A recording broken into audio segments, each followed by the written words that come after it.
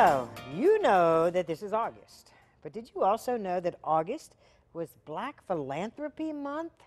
Yeah, I didn't know that either, but we're going to learn a whole lot about it from somebody who knows about philanthropy. Mark Lewis from the Poise Foundation, welcome. Thank you. Thank you for having me. So, Black Philanthropy Month, it's been in existence for a while. It's a new phenomenon. What is it? Right. So since 2011, a woman named Jackie Copeland Carson started Black Philanthropy Month as a way to highlight philanthropy within the Black diaspora. So it's not a United States, it's not a local, it's a global initiative. And the whole idea was to educate, to inspire, and also to show Black philanthropy throughout the globe.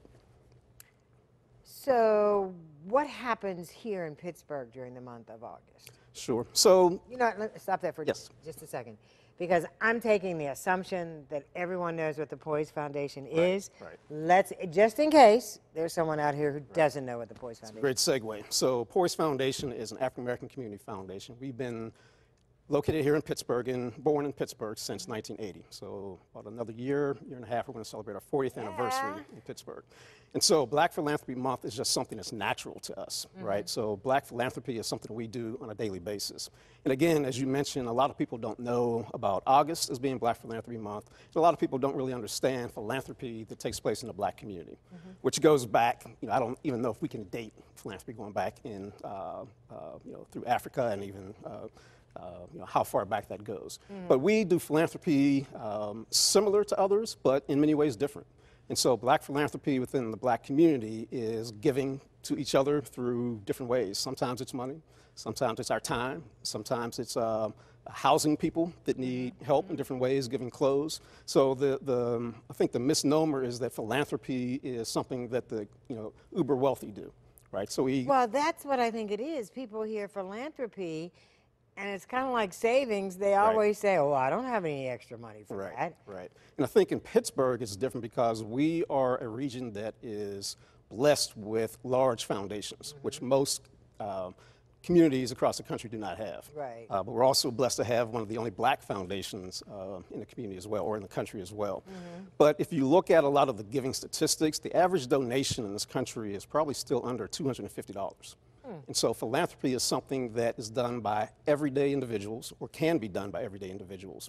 And I think, just the way things take place, so often we, see the wealthy, because that's what's highlighted, and we think they're the ones that do philanthropy. So we're looking for Oprah, we're looking for, again, extremely rich, and looking at what they do and say, we can't do that. Yeah, you hear $1 million, oh yeah, well I can't do that, Exactly. so I think I can't do it at all. Right.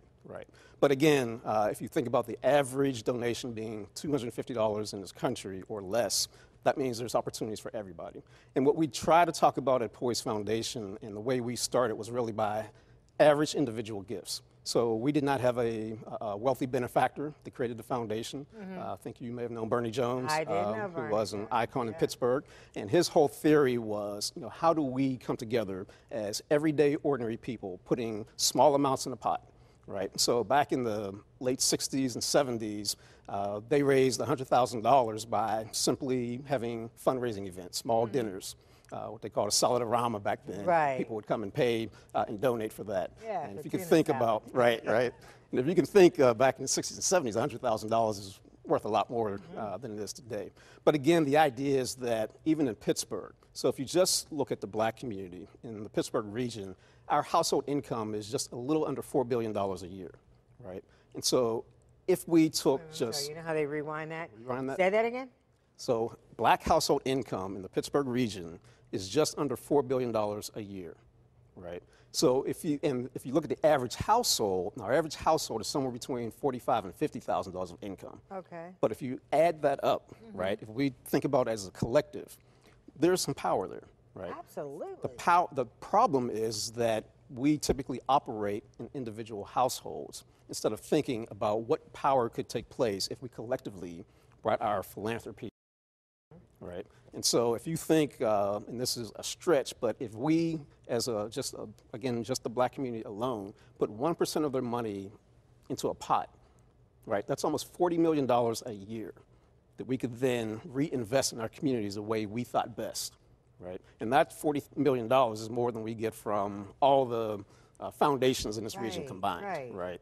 And probably a good bit more or comparison to what the government really does as far as helping enhance us versus just funding our survival. Right. So here's what strikes me when you break it down like that. That's like a no-brainer. Like, why isn't everybody doing this? Right, right. And that's, I think, one of the issues is that we've lost a sense of community. So if you think when we were growing up, it was natural to give. It was natural if you needed something, either to borrow it. We say borrow, you may not ever give it back, get that particular thing back. But if I borrowed something from you, later on you would borrow something from me, right? And that's just the way philanthropy worked. As our communities have broken down and we've been spread out all over the place, we don't have those same relationships.